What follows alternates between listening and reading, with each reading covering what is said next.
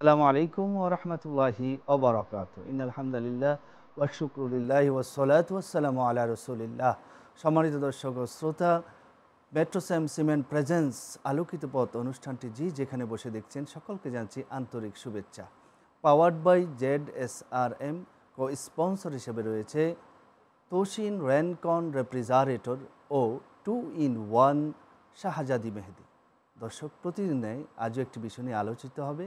আজ আলোচনার বিষয় নির্ধারণ করেছি ইফতারের গুরুত্ব ও ফজিলত। এই বিষয়ে আলোচনা করতে দুজন বিজ্ঞ প্রাজ্ঞ আলোচক আমাদের স্টুডিওতে হাজির হয়েছে। চলুন অনুষ্ঠানের শুরুতেই দুজনের সাথে পরিচিত হই। আমার ডানে যিনি রয়েছেন প্রখ্যাত আলেমদ্বীন মুফতি মাওলানা মোহাম্মদ সৈয়দ মাইন উদ্দিন হেলাল, আরবি প্রভাষক, কাদরিয়া তৈবিয়া কামিল মাদ্রাসা, মোহাম্মদপুর, ঢাকা। ধন্যবাদ। আসসালামু আলাইকুম রহমতুল্লাহি ওয়া বারাকাতুহু। আমাদের সাথে আরও আছেন প্রখ্যাত Islamic scholar Nazmul Hasan Zunnun, lecturer in Islamic studies, Mymensingh girls cadet college. আসসালামু আলাইকুম রহমতুল্লাহ। ধন্যবাদ মোহতারাম। ওয়ালাইকুম সালাম রহমতুল্লাহ। আপনার কেমন আছেন? আলহামদুলিল্লাহ। আপনি? জি আলহামদুলিল্লাহ, অনেক ভালো আছি। আলোচনার বিষয় নির্ধারণ করেছি ইফতারের গুরুত্ব ও ফজিলত। আমি মোহতারামের সাথে ইফতার সম্পর্কে আলোচনা করতে চাই। ইফতারের গুরুত্ব যদি আমাদেরকে বলতেন। ধন্যবাদ আপনাকে। আসলে রোজাদারের জন্য ইফতারটা খুবই গুরুত্বপূর্ণ একটা বিষয়। রাসূলুল্লাহ সাল্লাল্লাহু আলাইহি ওয়াসাল্লাম হাদিসে পাকের মধ্যে ইরশাদ করেন, লিসাইমি ফারহাতান, ফারহাতুন ইনদা ইফতারিহি ওয়া ফারহাতুন ইনদা লিকাই রব্বিহি। ইমানদারের জন্য, একজন রোজাদারের জন্য ইফতারটা খুবই গুরুত্বপূর্ণ একটা বিষয়। নবীজি ইরশাদ করেন, একজন ইমানদার রোজাদারের জন্য দুইটা খুশির সময় রয়েছে। একটা হচ্ছে তার ইফতারের সময়, যেটা তার জন্য খুবই সারাদিন রোজা রেখে সে গুরুত্ব সহকারে ইফতার করবে। আর একটা হচ্ছে জান্নাতে আল্লাহ তাবারক ওয়া তাআলার সাথে যখন ইমানদার রোজাদার আল্লাহ দিদার করবেন, ওই সময়টা ইমানদারের জন্য খুবই খুশির সময়, আনন্দের সময়। তাই নিঃসন্দেহে ইফতার একজন ইমানদারের জন্য খুবই গুরুত্বপূর্ণ। সাথে সাথে বুখারী শরীফের হাদিসে পাক এসেছে, নবীজি ইরশাদ করেন যে আমার উম্মত থেকে কখনো কল্যাণ দূরীভূত হবে না, তাদেরকে কল্যাণ সবসময় আচ্ছাদিত করে রাখবে যতক্ষণ পর্যন্ত তারা ইফতার গুরুত্ব সহকারে দেরি না করে ইফতার করবে।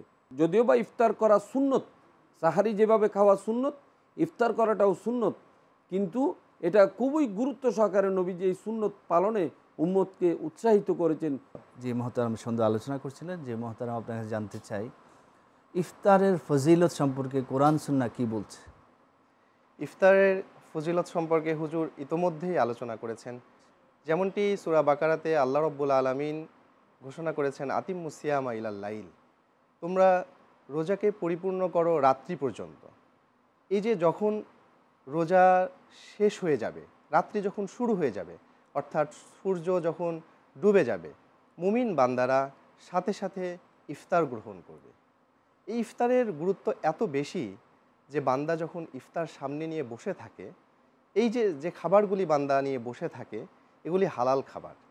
আল্লাহ রব্বুল আলামিন এগুলিকে হালাল করেছেন, কিন্তু সময়টা হারাম, সময়টা নিষিদ্ধ। সেই সময়টিতে মহান আল্লাহ পাক বান্দাকে খাবার গ্রহণ করতে নিষেধ করেছেন। বান্দা খাবার সামনে নিয়ে বসে থাকে, আল্লাহ রব্বুল আলামিনের হুকুম মান্য করে খাবার গ্রহণ করে না। আল্লাহ রব্বুল আলামিন বড় খুশি হন, ফেরেশতাদেরকে ডেকে বলেন, দেখো আমার বান্দারা আমার হুকুম মান্য করছে, আমার খাবার সেগুলি সামনে নিয়ে বসে আছে, অথচ আমার হুকুম মেনে তারা সেগুলি গ্রহণ করছে না। আল্লাহ রব্বুল আলামিন তিরমিজি শরীফের হাদিসে রাসূল আকরাম সাল্লাল্লাহু আলাইহি ওয়াসাল্লাম ইরশাদ করেছেন, প্রতিদিন ইফতারের সময় আল্লাহ রব্বুল আলামিন রমজানে অসংখ্য অগণিত মানুষকে মাফ করে দেন। এটির অন্তর্নিহিত একটি ফিলোসফি আছে, যেটি আমি ব্যাখ্যা করতে চাই। প্রথমত, ইফতার কেন গুরুত্বপূর্ণ? প্রত্যেকটি ইবাদতের আমরা যদি একটু বিশ্লেষণ করি, শুরুর সময় রয়েছে, শেষের সময় রয়েছে। নামাজ আমরা তাকবীরে তাহরিমার মাধ্যমে শুরু করি আর সালামের মাধ্যমে আমরা নামাজ শেষ করি। হজ আমরা ইহরামের মাধ্যমে শুরু করি আর হালাল হওয়ার মাধ্যমে, আমাদের মাথা মুন্ডন করার মাধ্যমে আমরা হজের যে বিধিনিষেধ সেখান থেকে আমরা মুক্ত হই। ঠিক একইভাবে আমরা সাহরি গ্রহণ করার মাধ্যমে আমরা রোজা রাখি আর ইফতার গ্রহণ করার মাধ্যমে আমরা রোজা ভঙ্গ করি। এই ইফতার আল্লাহ রব্বুল আলমিনের প্রতি আনুগত্যের প্রতীক। আর ইফতার গ্রহণের সময় আল্লাহ রব্বুল আলমিন আমাদের দোয়াও কবুল করেন। কারণ কি? কারণ বান্দা সবুর প্রকাশ করে, বান্দা আল্লাহ রব্বুল আলমিনের আনুগত্য প্রকাশ করে। বান্দা যখনই আল্লাহর প্রতি আনুগত্য প্রকাশ করবে, বান্দা যখনই সবুর প্রকাশ করবে, আল্লাহ রব্বুল আলমিন তখন তাকে মাফ করবেন, তার প্রতি খুশি হবেন। তাই আমাদের উচিত আমরা যখন ইফতার গ্রহণ করব তার পূর্বে বেশি বেশি করে রাসূল আকরাম সাল্লাল্লাহু আলাইহি ওয়াসাল্লামের প্রতি দুরূদ শরীফ পাঠ করব। আমাদের পরিবারের মাঝে এক ধরনের ইসলামিক কালচারাল রেনেসা গড়ে ওঠা উচিত। আসলে আমরা যদি কচি কাঁচা বাচ্চাদের কথা চিন্তা করি, তারা কিন্তু রোজা মানে যে সারাদিন না খেয়ে থাকা সেটি কিন্তু তারা বুঝে না। তারা বুঝে ইফতারের আনন্দ। এই ইফতারের আনন্দ দেখে তারা আস্তে আস্তে করে রোজার প্রতি তাদের এক ধরনের মায়া তৈরি হয়, এক ধরনের বোধ তৈরি হয়, তারাও রোজা রাখার প্রতি উদ্বুদ্ধ হয়।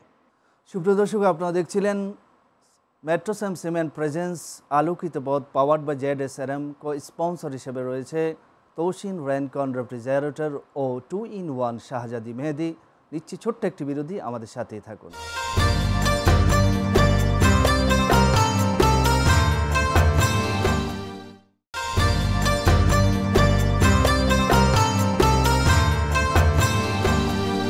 ফিরে এলাম বিরতির পর। আমাদের সাথে থাকার জন্য ধন্যবাদ। আপনারা দেখছিলেন মেট্রোসেম সিমেন্ট প্রেজেন্স আলোকিত পথ powered by ZSRM। Co sponsor হিসেবে রয়েছে তৌসিন রেনকন রেফ্রিজারেটর ও 2-in-1 শাহজাদি মেহেদি। ফিরছি আলোচনায়। যে মোহতারাম শেখ, আপনার কাছে জানতে চাই ইফতারের ফজিলত সম্পর্কে হাদিস পাক কি বলছে আরও?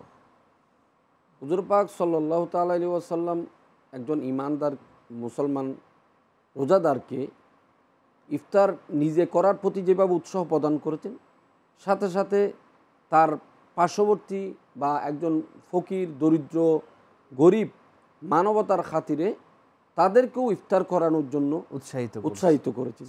নবীজি এভাবে এরশাদ করেছেন, যে ব্যক্তি একজন রোজাদারকে যদি ইফতার করায় তাহলে অবশ্যই সেই রোজাদারের সওয়াব পাবে। আল্লাহ পাক সুবহানাহু ওয়া তাআলা আসলে ইফতারের মাধ্যমে গরিবের সাথে শেয়ারিং একটা অপশন আল্লাহ পাক তুলে দিচ্ছেন। সাথে সাথে এটাও যে একজন ব্যক্তি, আমি তো দিনে 2 বেলা বা 3 বেলা খাচ্ছি, যে রোজা রেখে ইফতার করার মাধ্যমে যে সারাদিন আমি ক্লান্ত বোধ করে যখন আমি ইফতার করলাম, তখন আমার মধ্যে এই অনুভূতিটা জাগরণ হলো যে আমার আরেকজন ভাই, আমার প্রতিবেশী যে একবেলাও খেতে পারলো না, তাহলে তার ক্ষুধার জ্বালাটা কি তার মধ্যে অনুভূতি জাগরণ সৃষ্টি করেছে, সেটা একজন রোজাদার বুঝতে পারে। সে যে আসলে অভুক্ত থাকতো, অনেক সময় সে না খেয়ে থাকতো, সে দরিদ্রতার কারণে তার মধ্যে সেই বিষয়টা অনুভব হতো, কিন্তু যিনি ধনী তার মধ্যে সেই অনুভব ছিল না। কিন্তু এখন রমজানের কারণে তার অনুভূতিটা বেড়েছে এবং অপরকে দানের জন্য তার একটা উৎসাহ এসেছে। যে মোহতারাম চমৎকার আলোচনা করছিলেন। যে আপনার কাছে জানতে চাই, এই যে ইফতারের মাধ্যমে আমরা কিন্তু সামাজিকভাবে অনেক আয়োজন করি, আমরা সেই আয়োজনটা কিভাবে করলে ইসলাম সম্মত হবে? আমরা যে আয়োজনগুলি ইসলামে সামাজিকভাবে আমরা যে ইফতারগুলো করি, আমাদের সবসময় মাথায় রাখতে হবে যে রাসূল আকরাম সাল্লাল্লাহু আলাইহি ওয়াসাল্লাম সর্বোত্তম দাতা ছিলেন, সবচেয়ে বেশি দানশীল ব্যক্তি ছিলেন। আর হাদিস শরীফে এসেছে, যখন রমজান মাস আগত হতো তখন রাসূল আকরাম সাল্লাল্লাহু আলাইহি ওয়াসাল্লামের দানের পরিমাণ আরও বেশি বেশি বেড়ে যেত। সুবহানাল্লাহ। আবার যে ব্যক্তি দান করতে পারে, ধনী মানুষ, তাদের মাঝে এক ধরনের অনেক সময় অহংবোধ তৈরি হয়, তাদের মাঝে এক ধরনের দাম্ভিকতা তৈরি হয়। রাসূল আকরাম সাল্লাল্লাহু আলাইহি ওয়াসাল্লাম দরিদ্রের কথাও ভুলে যাননি। তিনি এমনভাবে দানের যে প্যারাডাইম, দানের যে দৃষ্টিভঙ্গি, দানের প্রতি যে অ্যাটিটিউড, রাসূল আকরাম সাল্লাল্লাহু আলাইহি ওয়াসাল্লামের হাদিসগুলো বিশ্লেষণ করলে সেই প্রচলিত যে দৃষ্টিভঙ্গি, সেই দৃষ্টিভঙ্গিকে রাসূল আকরাম সাল্লাল্লাহু আলাইহি ওয়াসাল্লাম ভেঙে দিয়েছেন। কিভাবে ভেঙে দিয়েছেন? আমরা ইফতার দান বলতে বোঝাই একটি অনেক বড় আয়োজন হতে হবে, মানুষকে খুব ভালো রকমের খাওয়া দাওয়া করাতে হবে। ইফতার কিন্তু এমনটি নয়। যে আল্লাহ রসুল সাল্লাল্লাহু আলাইহি সাল্লামে সাহাবী বললেন, ইয়া রাসূলুল্লাহ, যে আপনি তো বলেছেন যে একেবারে তৃপ্তি সহকারে খাওয়ানোর কথা, একেবারে শাবিয়ান মুতাশাব্বিআন, কিন্তু আমাদের তো সেই সামর্থ্য নেই। তখনই আল্লাহ রসুল বলেছেন, মান ফাত্তারা সায়মান, আলা মুজাক্কাতে লাবনিন ও মিন তামারাতিন ও শারবাতাম মিনাল মা কানা লাহু ইয়াতকুম মিনান নার। যে কেউ যদি একটি খেজুর অথবা এক গ্লাস পানি অথবা একটু শরবত দিয়ে বা দুধ দিয়ে কাউকে ইফতার করালে আল্লাহ পাক সুবহানাহু ওয়া তাআলা তাকে জাহান্নাম থেকে মুক্তি দিবেন। হুজুর, আমি আপনার এই হাদিসটিকে আরেকটু হাদিস সম্পর্কে আরেকটু বলতে চাই যে এই একটি হাদিসে কিন্তু রাসূল আকরাম সাল্লাল্লাহু আলাইহি ওয়াসাল্লাম সমাজের দুই শ্রেণীর মানুষের ইফতার বিতরণের চিত্র একেবারে স্পষ্ট করে তুলে ধরেছেন। অর্থাৎ যার সামর্থ্য আছে সে একজন মানুষকে ইফতার করাবে পরিতৃপ্তি সহকারে, সে নিজে পরিতৃপ্ত হবে, অপর একজন ভাইকে ইফতার করানোর মাধ্যমে আরও একবার পরিতৃপ্তি লাভ করবে। আর যে এভাবে পরিতৃপ্তি সহকারে ইফতার করানোর যার সামর্থ্য নেই, সে সামান্য ইফতার করালেও সে একই ধরনের সওয়াব পাবে। আরেকটি ব্যাপার আমি উল্লেখ করতে চাই যে রমজানের এই ইফতার সময়ে কেন এত গুরুত্বপূর্ণ। কারণ বান্দাকে আল্লাহ রাব্বুল আলামিন একটি ইবাদত পরিপূর্ণ করার তৌফিক দান করেন। বান্দা ইবাদত পরিপূর্ণ করার সময়ে সে শুকরিয়া আদায় করবে। এই রোজা সে পালন করার সময় যথাযথভাবে পালন করতে পেরেছে কিনা সে ইস্তেগফার করবে। কারণ রোজাটি যদি যথাযথভাবে পালন না হয়ে থাকে তখন ওই ব্যক্তির জন্য আল্লাহ রাব্বুল আলামিন তার জন্য চরম শাস্তি রেখেছেন। আমরা জানি রাসূল আকরাম সাল্লাল্লাহু আলাইহি ওয়াসাল্লাম রাহমাতুল লিল আলামিন। রব্বুল আলামিন রাসূল আকরাম সাল্লাল্লাহু আলাইহি ওয়াসাল্লামকে পুরা পৃথিবীবাসীর জন্য রহমত হিসেবে প্রেরণ করেছেন। তায়েফের ময়দানে রাসূল আকরাম সাল্লাল্লাহু আলাইহি ওয়াসাল্লামকে যখন পাথর নিক্ষেপ করা হয়েছে, আল্লাহ রাব্বুল আলামিন তাদেরকে ধ্বংস করে দিতে চেয়েছেন। জিবরাইল আলাইহিস সালাম এসে রাসূল আকরাম সাল্লাল্লাহু আলাইহি ওয়াসাল্লামকে প্রস্তাব করেছেন, আপনি তাদের প্রতি লানত করুন, আমি তাদেরকে ধ্বংস করে দেব। কিন্তু আল্লাহর রসুল প্রিয় নবীজি রাহমাতুল লিল আলামিন তাদের প্রতি কোনো ধরনের বিদ্বেষ পোষণ না করে বরং দোয়া করেছেন যে আল্লাহ পাক, তারা আমার উম্মত, তারা বুঝে না, আপনি তাদেরকে মাফ করে দেন। পক্ষান্তরে যে ব্যক্তি রমজান পেল কিন্তু রমজানের রোজাগুলি যথাযথভাবে আদায় করলো না, সেই ব্যক্তির জন্য রাসূল আকরাম সাল্লাল্লাহু আলাইহি ওয়াসাল্লাম বলেছেন যে সেই ব্যক্তি ধ্বংস হোক। সেজন্য ইফতার যেভাবে করে আমরা পরিতৃপ্ত হব, সেই ইফতারের মুহূর্তটি আমাদের নিজেদের আত্মসমালোচনারও সময়, আমাদের নিজেদের অনুভূতির সময়। আমি হুজুর যেভাবে করে ব্যাখ্যা করছিলেন যে আমরা পার্শ্ববর্তী মানুষের খবর নিব, ঠিক একইভাবে রাসূল আকরাম সাল্লাল্লাহু আলাইহি ওয়াসাল্লাম বলেছেন ওই ব্যক্তি মুমিন নয়। লাইসাল মুমিনুল লাযী ইয়াশবাউ ওয়া জারুহু জাইউন। ওই ব্যক্তি মুমিন নয় যে ব্যক্তি নিজে পরিতৃপ্তি সহকারে খাদ্য গ্রহণ করে আর তার প্রতিবেশী অভুক্ত থেকে যায়। আমি হয়তো এই যে বলছিলাম যে কালচারের কথা, আমি হয়তো 1000 টাকা দামের জিলাপি খেয়ে ফেসবুকে পোস্ট করছি, অন্যকে দেখাচ্ছি, অন্যের প্রতি বাহবা গ্রহণ করছি, কিন্তু হয়তো আমার পাশের প্রতিবেশী ঠিকমতো ইফতার গ্রহণ করছে। জি, চমৎকার আলোচনা করছিলেন, শুনতে মনে চাচ্ছে ইনশাআল্লাহ আবারও ফিরব।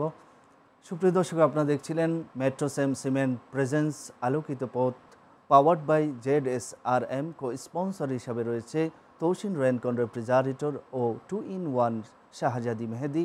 নিচ্ছি ছোট্ট একটি বিরতি, আমাদের সাথে থাকুন।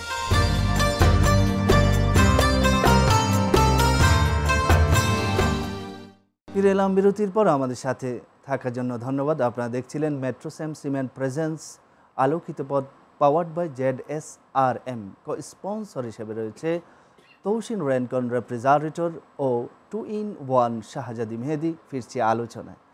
যে মোহতারাম শেখ, আপনার কাছে আবারও জানতে চাইব, ইফতারের দ্বারা আমরা সামাজিকভাবে সকলে একটা পর্যায়ে আসতে পারি এবং পাশাপাশি যেটি মোহতারাম বলছিলেন, এই যে লৌকিকতার বিষয়টা ইফতারের মধ্যে অনেককে দেখা যায় বিভিন্নভাবে অপচয় করে, এই বিষয়ে শরীয়ত কি বলছে? ধন্যবাদ আপনাকে। আসলে অপচয় তো কোনো অবস্থাতে, সেটা ইফতারের সময় হোক অথবা অন্য কোনো সময় হোক, ইসলাম কখনো কান করে না, সেটা পছন্দ করে না। আল্লাহ তাবারক ওয়া তাআলা তো স্পষ্টই ঘোষণা করেছেন, ইন্নাল মুবাজ্জিরিনা কানু ইখওয়ানাশ শায়াতিন, যে অপচয়কারী শয়তানের ভাই বলে শরীয়তে ডিক্লেয়ার করেছে। তো অপচয়ের দ্বারা মানুষ নিজেও যেভাবে কষ্টের মধ্যে পড়ে যায়, সাথে সাথে তার প্রতিবেশী, সমাজ, দেশ একসময় কষ্টের মধ্যে পড়ে যায়। তাই ইফতারের সময় অনেককে দেখা যায় যে আমাদের সমাজে তৌফিক আছে, তার সামর্থ্য আছে, তাই বলে সে হাজার হাজার টাকা ইফতারেতে নষ্ট করে, সাথে আপনার নিজে অর্ধেক খায়, বাকি অর্ধেক ফেলে দেয়, নষ্ট করে ফেলে, যেটা কোনো অবস্থাতে আমাদের জন্য, বিশেষ করে একজন রোজাদারের জন্য উচিত না। যেহেতু রোজা একজন মানুষকে শরীয়তের পাবন করার জন্য, শরীয়তের প্রতি আনুগত্য প্রকাশ করার জন্য, আল্লাহ এবং আল্লাহ রসুলের প্রতি ফরমাবরদার থাকার জন্য রোজার ট্রেনিংটা দেয়া হয়। তো সেই রোজা রেখে যদি একজন ব্যক্তি, একজন ইমানদার যদি অপচয় করে, তাহলে নিঃসন্দেহে সেটা অনেক গুনার ভাগীদার হবে। তো এটা কখনো কাম্য নয় যে একজন ইমানদার রোজা রেখে সে অপচয় করবে, ইফতারের সময় শরীয়তের বাইরে গিয়ে নিজের নফসানিয়তকে প্রাধান্য দিয়ে ইফতার করবে। যেহেতু তাকে এটাও বুঝতে হবে, কারণ ইফতার আমাদেরকে মানবতাও শিক্ষা দেয়। জি, ইফতার দিয়ে আসলে আমরা অনেকেই বিভিন্নভাবে যে অ্যাড দেওয়া হয়, এখন তো বর্তমান সোশ্যাল মিডিয়া, মানে ইফতারের নাম দিয়ে অ্যাড দেওয়া হয়, পরবর্তীতে দেখা যাচ্ছে সেটার মধ্যেও কারচুপি দেখা যায়। আসলে এই যে কারচুপিটা মানুষ এখন এমন পর্যায়ে চলে আসছে, বিভিন্নভাবে ভেজাল, সব জায়গায় ভেজাল তৈরি করছে। এই যে ইফতারের মধ্যে অনেকে ভেজাল দিয়ে বিভিন্ন খাবার তৈরি করে, এটার দ্বারা ইসলাম কি বলবে? আসলে ভেজাল জিনিসটা তো ইসলাম মৌলিকভাবে হারাম করে দিয়েছেন। যে নবীজি ওই ব্যক্তিকে উম্মত হিসেবেও গণ্য করেননি যে ব্যবসায়ী তার ব্যবসায়ী ব্যবসার পণ্যের মধ্যে ভেজাল করে। আর একজন রোজাদার সারাদিন অভুক্ত থেকে, উপবাস থেকে আল্লাহর সন্তুষ্টির জন্য সে রোজা রাখলো, এই পরে সে ইফতারের টাইমে ইফতার করতে বসলো, এই অবস্থায় যদি তার খালি পেটে সে ভেজাল ঢুকায়, আপনার বিষাক্ত জিনিস ঢুকায়, তাহলে এটা একজন মানুষের যেভাবে অভিশাপ সে কামনা করলো, অভিশাপ নিল, সাথে সাথে শরীয়তের বাউন্ডারিকে সে ক্রস করে, শরীয়তের হুদুদকে সে ক্রস করে আপনার সীমালঙ্ঘন করলো, সে অন্যায় করলো, যেটা শরীয়তের নর্মাল অবস্থায়ও যেভাবে সাধারণভাবে নিষিদ্ধ। আল্লাহ রাসূল মান গাশশা ফালাইসা মিন্না, যে প্রতারণা করলো সে আমার দলভুক্ত নয়। জি, চমৎকার আলোচনা করছিলেন যে মহতারাম। এই যে ইফতার আমরা বিভিন্ন সামগ্রী তৈরি করে, বিভিন্ন যারা ধনী আছে অনেক ইফতারি তৈরি করে, আবার যারা গরিব আছে আমরা তাদেরকে মাঝে মধ্যে দেখি বিলায়, কিন্তু সামগ্রিকভাবে আমাদের বাংলাদেশের মধ্যে কিছু কিছু জায়গায়, যেমন আমরা ইসলামী ফাউন্ডেশনের উদ্যোগে দেখি বিভিন্ন জায়গায় ইফতার বিতরণ করে। এই ইফতার বিতরণের ক্ষেত্রে আমরা কি কি পদক্ষেপ নিলে সুন্দরভাবে বাংলাদেশের একেবারে যারা নিম্ন স্তরের মানুষ আছে তারাও পেতে পারে? ধন্যবাদ, আপনি চমৎকার প্রশ্ন করেছেন। এক্ষেত্রে আমি কোরআন মাজিদের একটি আয়াত তিলাওয়াত করতে চাই, যেটি আমাদের এই রোজার নাজিলের ক্ষেত্রে আল্লাহ রাব্বুল আলামিন উল্লেখ করেছেন। বিসমিল্লাহির রহমানির রহিম। কুতিবা আলাইকুমুস সিয়াম কামা কুতিবা আলাল্লাযীনা মিন ক্বাবলিকুম লাআল্লাকুম তাত্তাকুন। অর্থাৎ এই রোজার মাধ্যমে আমাদের মূল উদ্দেশ্যটি হচ্ছে তাকওয়া অর্জন করা। অর্থাৎ ইফতার গ্রহণ এবং বিতরণের ক্ষেত্রে আমাকে তাকওয়ার বিষয়টি প্রাধান্য দিতে হবে।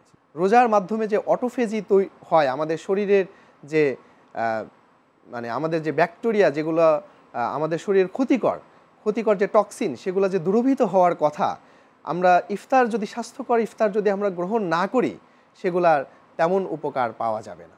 তাই আমরা যখন ইফতার বিতরণ করব, আমরা অবশ্যই এটিকে খেয়াল রাখব যেন স্বাস্থ্যকর ইফতার আমরা বিতরণ করি। চমৎকার আলোচনা করছিলেন, আপনার দুজনকে ধন্যবাদ আমাদের স্টুডিওতে সময় দেওয়ার জন্য। সুপ্রিয় দর্শক, আপনারা দেখছিলেন মেট্রোস্যাম সিমেন্ট প্রেজেন্স আলোকিত পথ, powered by ZSRM। Co sponsor হিসেবে রয়েছে তোশিন র্যানকন রেফ্রিজারেটর ও 2-in-1 শাহজাদি মেহেদি। আজ এই পর্যন্ত, ভালো থাকুন, সুস্থ থাকুন। আগামী পর্ব দেখার আমন্ত্রণ জানিয়ে শেষ করছি। আল্লাহ হাফেজ। আসসালামু আলাইকুম ওয়া রাহমাতুল্লাহি ওয়া বারাকাতুহু।